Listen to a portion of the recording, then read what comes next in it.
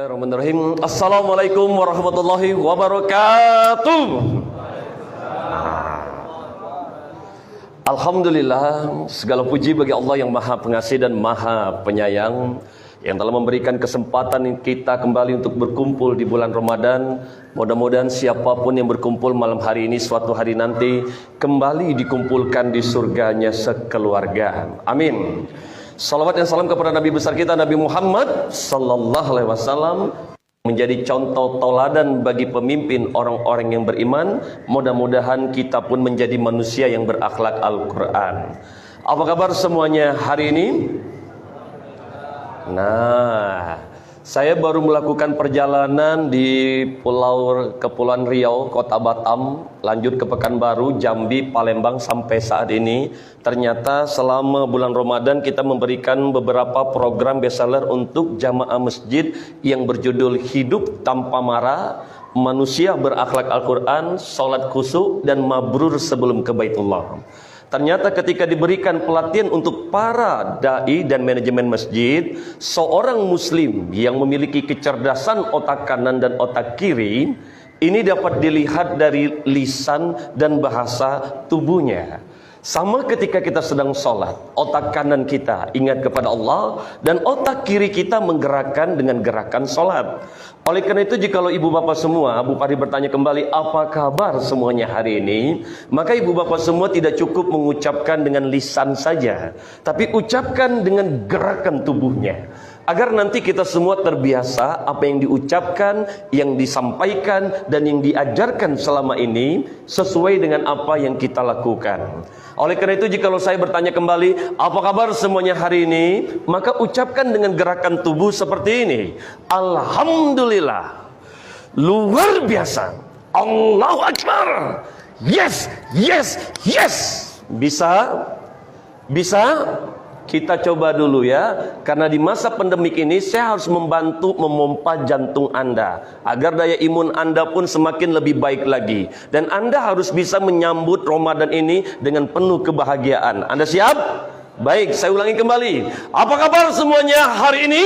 Alhamdulillah, luar biasa, Allahu Akbar, yes, yes, yes. Nah, ternyata nggak mudah kan melakukannya. Masih ada yang malu-malu melakukannya. Masih melihat ke kiri, ke kanan teman saya, rekan saya yang lain juga melakukan atau tidak. Masih ada yang setengah hati melakukannya. Jikalau itu yang ibu bapak rasakan, berarti ada gangguan dengan kecerdasan otak kanannya. Tadi saya lihat ada yang mau melakukannya, tapi cuma dengan lisannya saja. Dia nggak mau menggerakkan dengan gerakan tubuhnya. Berarti ada gangguan dengan kecerdasan otak kirinya. Dan kalau saya ulang kembali, jamaah yang lain sudah bersemangat nih. Alhamdulillah, luar biasa, Allahu Akbar, yes, yes, yes. Ternyata ada di antara ibu bapak di sini, ada yang nggak mau melakukannya sama sekali. Bahkan merasa apa-apaan ini Bu Pari, seperti anak kecil saja. Sudahlah, mulai tausiahnya, ceramahnya. Nah, kalau ini yang Anda rasakan, berarti ada gangguan jiwa. Oleh karena itu, saya ingin ulangi sekali lagi, karena barusan aja kita sholat berjamaah. Orang yang rajin sholat itu tentu jiwanya akan sehat, betul? Background saya ini di dunia psikologi, kejiwaan, kekuatan ruh manusia. Saya ingin pastikan bahwa beberapa minggu terakhir ini Anda berjamaah. Saya ingin tahu hasilnya udah sejauh apa. Betulkah jiwa Anda sehat atau tidak? Mari kita ulangi sekali lagi. Siap? Kalau ada yang tidak mau melakukannya, berarti ciri-ciri mengalami gangguan jiwa. Keras hati itu salah satu bentuk gangguan jiwa. Orang yang sholat khusyuk nggak akan mungkin keras-keras hati. Betul? Mari kita coba ulang sekali lagi. Apa kabar semuanya hari ini? Alhamdulillah, luar biasa, Allahu Akbar, yes, yes, yes, takbir, takbir, takbir. Wah, jangan kalah dong sama orang-orang Sumatera. Jadi memang Anda harus berbahagia. Saya mengucapkan terima kasih khususnya untuk DKM Masjid, pengurus masjidnya, tokoh masyarakat, alim ulama, para sesepuh yang hadir malam hari ini. Mudah-mudahan pertemuan malam hari ini menjadi kebahagiaan untuk kita dunia dan akhiratnya.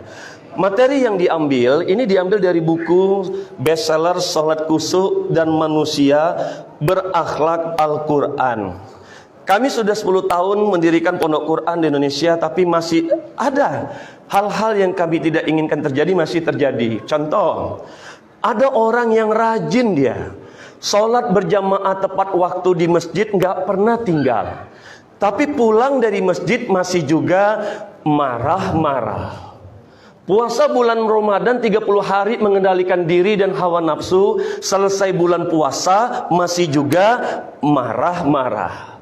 Selesai sholat zikirnya lama, doanya pun lama. Lah selesai zikir masih juga marah-marah. Ada yang pandai baca Quran, hafal Al-Quran, bahkan katanya lah tinggi kajinya, tapi masih juga marah-marah. Aku ini paham agama, lah paham agama masih juga marah-marah. Bahkan ada yang berangkat ke tanah suci, umroh, haji, pulang dari tanah suci ke Indonesia masih juga marah-marah. Lah belajar ilmu agama itulah kemana-mana, di NU, Muhammadiyah, Salafi, Tarekat, Jamaah Tabligh, Persis, Marifat, Tasawuf, Sufi. Tapi lah belajar mengaji kemana-mana masih juga marah-marah. Lah sering jadi penceramah, lah sering jadi guru ngaji, tapi masih juga marah-marah. Yang saya khawatirkan kita balik dari masjid ini, pulang masih juga marah-marah. Dan akhirnya kenapa berhubungan dengan program Ramadan? Karena kami hanya ingin membantu Anda, jangan sampailah selesai Ramadan penyakit kita kumat lagi, kambuh lagi. Kenapa saya sampaikan saat ini seperti itu? Karena saya banyak ketemu orang ini mungke dua. Rupanya cuma topeng aja. Apa yang nampak rupanya beda dengan kenyataannya. Ketika diberikan program manajemen masjid, kami menemukan banyak hal yang mungkin tidak diketahui oleh orang lain. Begitu mudah orang mengatakan, aku ini akhlaknya Al-Quran cuma gara-gara rajin ke masjid. Memangnya cukup apa rajin ke masjid lalu otomatis kita dianggap akhlaknya Quran? Oh, ternyata tak cukup. Kalau seandainya betul kita ini berakhlak Al-Quran, jangan seandainya kita menyimpulkan sendiri. Ketika kami gali kejiwaan para guru, ternyata banyak orang yang merasa akhlaknya Quran. Orang yang berakhlak Quran dengan orang yang merasa berakhlak Quran rupanya beda, Pak. Orang yang merasa berakhlak Al-Quran ini ada unsur kegeerannya. Dia aja yang merasa, orang lain tak merasa. Aku ini kajinya tinggi, dia aja yang merasa tinggi, orang lain tak merasa. Aku ini paham ilmu agama, dia aja yang merasa paham, orang lain tak merasa. Hingga akhirnya kalau seandainya kita ingin tahu apakah ibadah sholat kita selama ini berjamaah, puasa kita benar-benar membuat kita pribadi menjadi manusia yang berakhlak Quran, rupanya kita tak bisa nyimpulkan sendiri, Pak. Ternyata ada yang cara mudah untuk mengetahui betulkah akhlak kita sudah Al-Quran. Ini bisa diambil dari hikmah ketika wafatnya Rasulullah. Ternyata ada seorang sahabat masih ragu, betulkah Rasulullah itu akhlaknya seperti yang kami rasakan selama ini atau beda. Dan apa yang akhirnya terjadi? Beliau bertanya langsung dengan orang yang dekat dengan hidup beliau. Siapa? Istrinya. Hai Aisyah, bagaimanakah akhlak suamimu? Maka dia berkata, Al-Quran. Ditanya juga sama anaknya, bagaimanakah akhlaknya? Al-Quran. Ditanya juga pada menantunya, bagaimanakah akhlaknya? Al-Quran. Ditanya juga dengan sahabatnya, bagaimanakah akhlaknya? Ditanya juga sama tetangganya, bagaimanakah akhlaknya? Al-Quran. Ternyata saya dibesarkan dari kecil di masjid sampai saat ini. Rupanya tak bisa kita menyimpulkan gara-gara lah aktif di masjid kita mengatakan akhlak kita Quran. Sebelum ditanya dulu orang terdekat dalam hidup kita. Baik, saya mau bertanya dengan bapak-bapak yang selama ini merupakan jamaah masjid di sini. Pak, pernah nanya nggak ke istri Anda, Mama, menurut Mama Papa ini akhlaknya sudah Al-Quran belum? Pernah nanya enggak, Pak? Pernah nanya enggak? Pernah nanya tak Pak? Loh kenapa kok belum pernah tanya? Jangan-jangan kita ini balik di masjid mudah betul menganggap dirilah berakhlak Quran, tapi apa betul orang terdekat kita merasakan hal yang sama? Atau pernahkah ibu bapak semua bertanya kepada anak anda yang pertama, yang kedua, yang ketiga, nak, kau kan tahu nak, bapak ni kan rajin ke masjid nak, berjamaah, lah sering ngasih tausiah dan ceramah. Menurutmu nak, bapak ini akhlaknya sudah Al-Quran belum? Pernah nanya enggak? Pernah nanya enggak? Atau mungkin anda punya adik kakak kandung kan? Seperti yang kau paham lah dek, aku inilah rajin mengaji kemana-mana. Ustadku ini ustaz kondang semua. Aku kalau baca Quran gelepek-gelepek hati orang. Menurut kau kak, menurut kau dek, akhlak aku ini lah Al-Quran belum? Pernah nanya enggak? Pernah nanya enggak Pak? Tak usah jauh-jauh, kita tanya saja dengan orang yang di samping masjid ini. Coba bapak tanya dengan orang yang di samping bapak nih, Pak, coba tanya, Pak, menurut bapak aku nih akhlaknya sudah Al-Quran belum? Coba tanya. Sesama orang masjid ini kita kan sering jumpa Pak. Bagaimana menurutmu? Akhlakku sudah Al-Quran belum? Sudah pernah tanya? Udah pernah tanya? Nah, menurut saya begini. Kita ini kan beribadah udah lama Pak, puasa juga udah lama. Tak ada salahnya kita coba cari tahu apa pendapat orang terdekat kita selama ini tentang kita. Saya paham Pak, selama ini orang tuh taunya kita ini jamaah masjid begini Pak. Taunya kan, tapi kita tak tahu kesaksian orang terdekat dalam hidup kita. Jangan-jangan ada di antara kita ini lah rajin ke masjid tapi masih berkata kasar dengan istrinya sampai menangis. Jangan-jangan ada di antara kita ini ada yang masih main pukul, atau ada yang mungkin main bentak-bentak, ada yang maki-maki, bahkan masih ada yang menghina-hina. Tapi selama ini kan masyarakat tak tahu, karena itu terjadinya di rumah. Tapi sekali lagi, segala sesuatu itu dimulai dari yang terdekat. Kalau yang terdekat mengakui kita berakhlak Al-Quran, insya Allah di luar pun orang akan merasakan hal yang sama. Betul? Yang saya khawatirkan ternyata cuma topeng. Kalau betul kita berakhlak Quran, satu Pak, siapa mulai hari ini takkan pernah marah lagi? Cung! Ayolah, kita rajin sholat berjamaah tuh tak mungkin hasilnya itu masih gemarah-marah. Betul enggak? Kita rajin baca Quran, hafal Quran tuh makin lembut hatinya Pak. Takkan mungkin keras-keras hati. Betul tidak? Karena di KCN sama Allah, barang siapa menahan nafsu amarahnya, surga tempatnya. Betul tidak? Karena di KCN sama Rasulullah tuh, ya Rasulullah, apakah amalan yang utama? Jangan marah. Apakah jangan marah. Apakah amal? Jangan marah. Orang hebat, orang kuat tuh bukan orang yang menang dalam bergulat, tapi orang yang mampu menahan nafsu amarahnya. Betul tidak? Betul. Nah, akhirnya kalau betul kita baca Quran, siapa mulai hari ini takkan pernah sakit hati lagi? Dikit-dikit tersinggung, dikit-dikit tersinggung. Ceng! Diingat orang tersinggung, tak sependapat tersinggung, tak dihargai tersinggung, tak disebut namanya tersinggung, tak dianggap tersinggung, beda pendapat apa? Tersinggung, dikit-dikit tersinggung. Ngakunya orang masjid, ngaku rajin berjamaah, ngakunya rajin zikir. Orang yang rajin zikir itu takkan mungkin dikit-dikit tersinggung, dikit-dikit tersinggung. Betul tidak? Saya ngomong ada yang tersinggung, ada tersinggung Anda, dosa Anda. Ngomong lagi saya nih ada yang tersinggung, dosa lagi Anda. Saya ngomong lagi nih ada yang tersinggung, apa sih dikit-dikit tersinggung, ndak menerima, beko membalas, lah menyinggung orang pulau, lah tuh jadi penyinggung, atas singgung, menyinggung, penyinggung, kadang-kadang ada sadonya di awal, sementara ngakunya rajin berjamaah, ngakunya lah jadi ustaz, ngakunya lah jadi guru ngaji, ngapa tersinggung? Betul tidak? Jadilah mengecek abi ada yang tersinggung dah.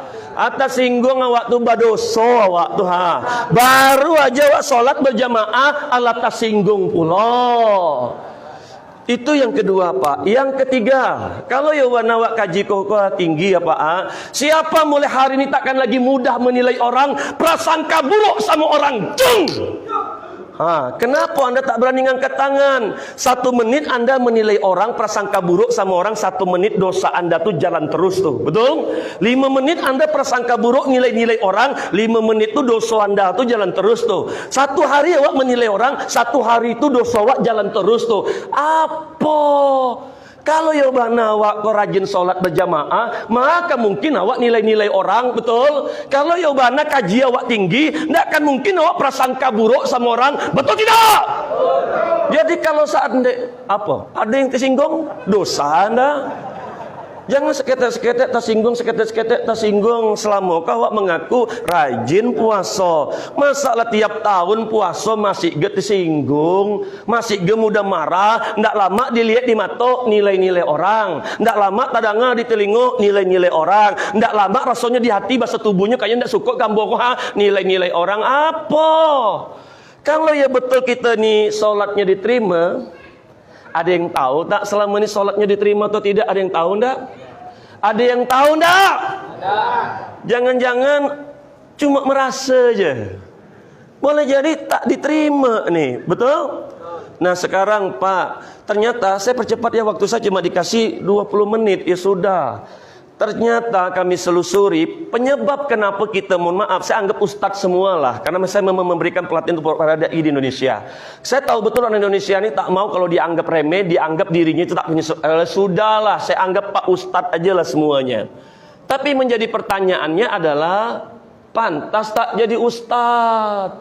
Jangan-jangan kita yang merasa orang lain tak merasa. Kalau betul, jangan marah. Jangan tersinggung, betul tak?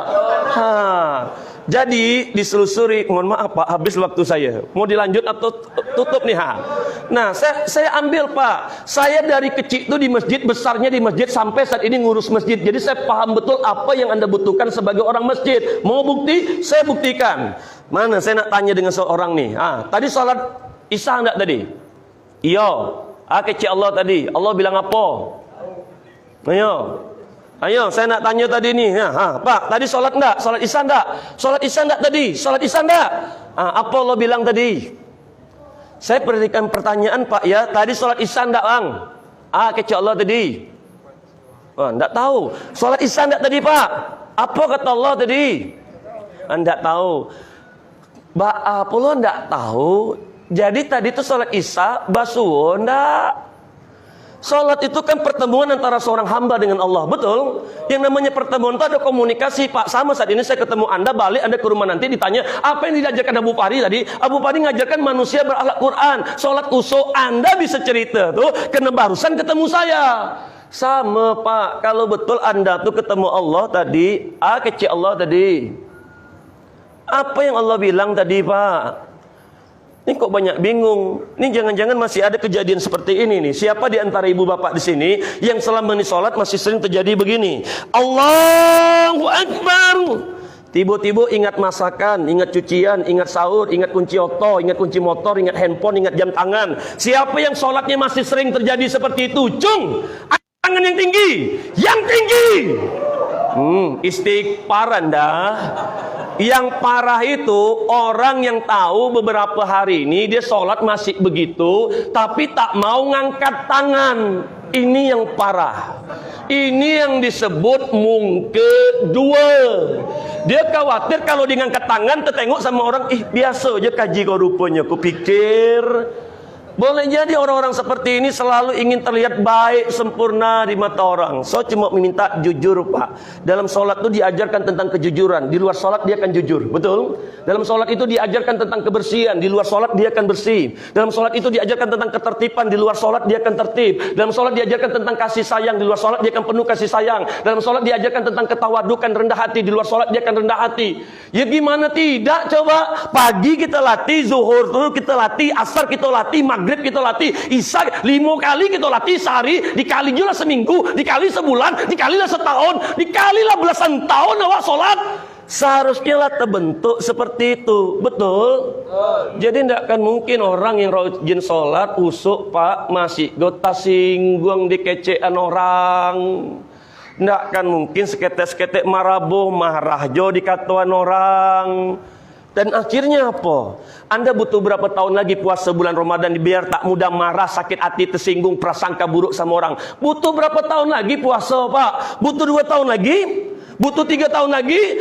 Patang tuh ada kakek nenek usia 70 tahun, 80 tahun. Ternyata masih banyak ditemukan kakek nenek masih mudah marah, sakit hati, tersinggung, jo anak menantu cucunya. Betul tidak? Ndak capek, ndak litak, ndak latih apa? Waktu bujang dulu pemarah. Alah tuh nikah anak gadis orang marah jo. Lah punya anak cie marah jo masih. Lah 2 anak masih jo marah. Lah 3 lah menantu marah jo. Lah bercucu ndak lita apa? Apa? Ada yang tersinggung? Tersinggung dosa. Ndak bantar lagi kita nak salat tarawih lah nak tersinggung pula lagi. Dan akhirnya ya sudahlah, waktu Abi habis ya Allah. Abi tuh rindu nak ketemu nih. Tapi pihak masjid bilang cuma 20 menit aja nak ketemu Anda. Saya paham Pak, Anda itu pernah meneteskan air mata sampai menangis waktu di sholat itu. Tapi apakah betul karena Anda ingat Allah, rindu Allah? Atau jangan-jangan punya masalah sama istri Pak? Masalah jo anak, masalah jo laki, jo utang, jo ekonomi, jo penyakit tuh Dan akhirnya yang paling mengironiskan adalah rupanya kami banyak menemukan 97% jamaah yang sholat berjamaah di masjid. Dia tak tahu arti bacaan sholatnya. Mau bukti? Saya buktikan kepada Anda semua. Iyyaka na'budu wa iyyaka nasta'in. Apa artinya? Tak tahu kau. Apa artinya? Tak tahu. Apa artinya nak? Ndak tahu. Siratal ladzina an'am. Apa artinya? Itu ihdinas siratal mustaqim. Waladdallin. Apa artinya? Ndak tahu. Apa artinya? Subhana rabbiyal a'la wa bihamdi. Apa artinya? Ndak tahu. Apa artinya? Ndak tahu. Mana mak gua? Apa artinya? Enggak tahu. Tu ba pula cerita awak selama kau bersuah ya Allah ketemu sama Allah tapi enggak tahu ngece apa. Makanya enggak aneh ketika ada orang rajin berjamaah balik dari jamaah tu masih mudah marah, sakit hati, tersinggung. Awak bersuah ya Allah selama kau tapi awak sendiri enggak tahu kece apa. Iko yang disebut orang mabuk tu Pak. Nyo ngomong sesuatu ke Allah tapi nyo seorang enggak tahu ngece apa. Nah sekarang, enggak Abu Pari, aku ni makomnya tinggi. Ya kalau betul makom kau tinggi, Allah bilang apa tadi? Enggak tahu pula. Allah bilang apa tadi? Basuh enggak tadi itu? Mohon maaf ya lebih waktunya. Ya sudahlah, Abi mimpin doa. Mudah-mudahan kita ketemu dalam pelatihan sholat khusyuk.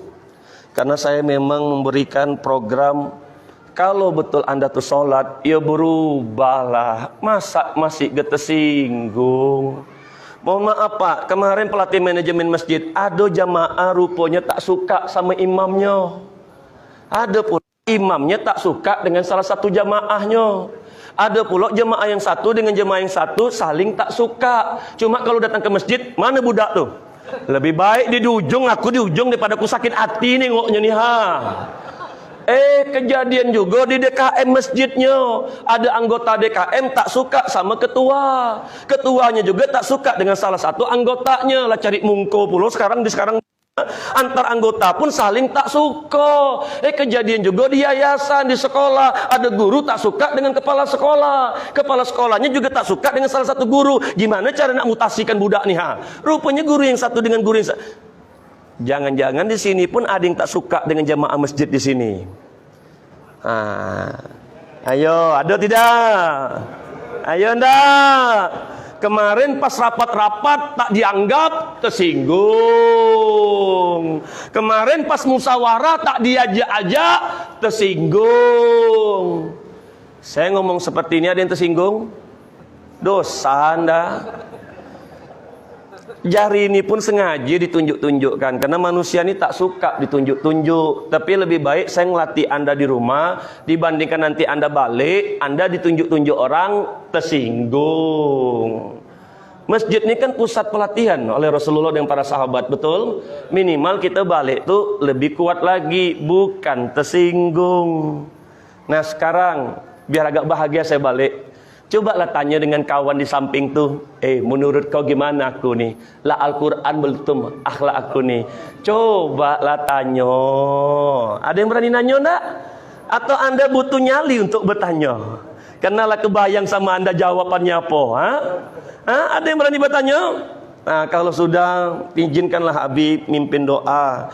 Karena panitia bawa saya roadshow safari dakwah di pulau-pulau di Indonesia ini untuk membantu Anda punya amal jariah dari anak-anak penghafal Al-Quran. Hingga akhirnya udah ratusan pondok Quran diberikan di Indonesia. Mereka tebarkan Al-Quran, mereka includekan, mereka berikan buku-buku Habib untuk mereka yang membeli Al-Quran. Sampai ada yang beli dengan 5 juta, 3 juta, 2 juta, 1 juta. Terserah mereka lah. Tapi hari ini, malam hari ini, boleh tak saya mimpin doa untuk Anda semua? Boleh tak? Saya nak doakan almarhum orang tua Anda. Mungkin ada di antara kita lah tak ada lagi ibu hayanya. Saya izin mengajak orang-orang masjid ni, apalagi ini bulan Ramadan, untuk kirim-kirim doa buat mereka. Boleh? Juga termasuk pasangan Anda mungkin tak mudah jadi janda, tak mudah jadi duda rupanya. Atau mungkin adik kakak kandung kita tak lama sama dengan kita kok Pak. Minimal ada yang awak agi selama awak hidup. Jadi perhatikan, malam ini tak biasa. Salah satu mustajab doa itu dipimpin oleh orang yang sedang safar. Saya ini sedang safar nih. 2, di majelis ilmu. Betul? Kita ini lagi di majelis ilmu, Pak. 3, di rumah Allah. Nih masjidnya langsung, Pak. 4, nih bulan Ramadan pula lagi. 5, yakin setiap doa itu pasti dikabulkan. 6, mulailah dengan Asmaul Husna. 7, mulai dengan taubatan nasuha. 8, yakinlah setiap doa itu pasti dikabulkan. 9, berdoalah seolah-olah ini yang terakhir. 10, dimulai dengan sedekah. Saya mau tanya, Anda selama ini sedekah yang Anda berikan, Anda yakin tak Allah balas berlipat ganda? Yakin tak? Yakin tidak? Siapa yang yakin angkat tangan yang tinggi? Yang tinggi. Bohong. Pembongak. Serius, saya lah ketemu banyak Pak. Ada orang berkata yakin. Anda masih ingat tak kapan kali Anda sedekah? Dalam dompet itu ada uang 100 ribu, uang 5 ribu, 50 ribu, uang 5 ribu. Berapa yang Anda sedekahkan? Istighfar. Sementara selama kau kalau minta berdoa, kalau tu banyak, ya Allah berikan aku kemudahan rezeki agar aku bisa bayar hutang. Sedekah kasih yang kecil. Ya Allah aku ingin punya rumah, pengen punya kendaraan. Sedekah kasih yang kecil. Aku mau umroh haji, sedekah yang kasih yang kecil. Aku nak jadi orang sukses.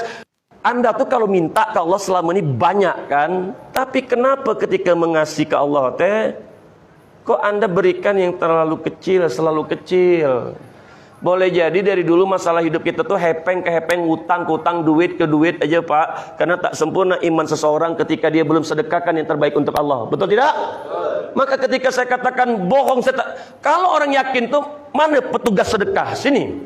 Anda coba edarkan kotak sedekah Anda tuh, Anda lewat di depan jamaahnya, itu beban mental tuh. Aku nak ngasih yang besar, yang sedang, atau yang kecil. Rasakan kau. Mana yang bilang yakin tadi? Coba Anda edarkan kotak sedekah. Karena ini tak mudah, betul tak?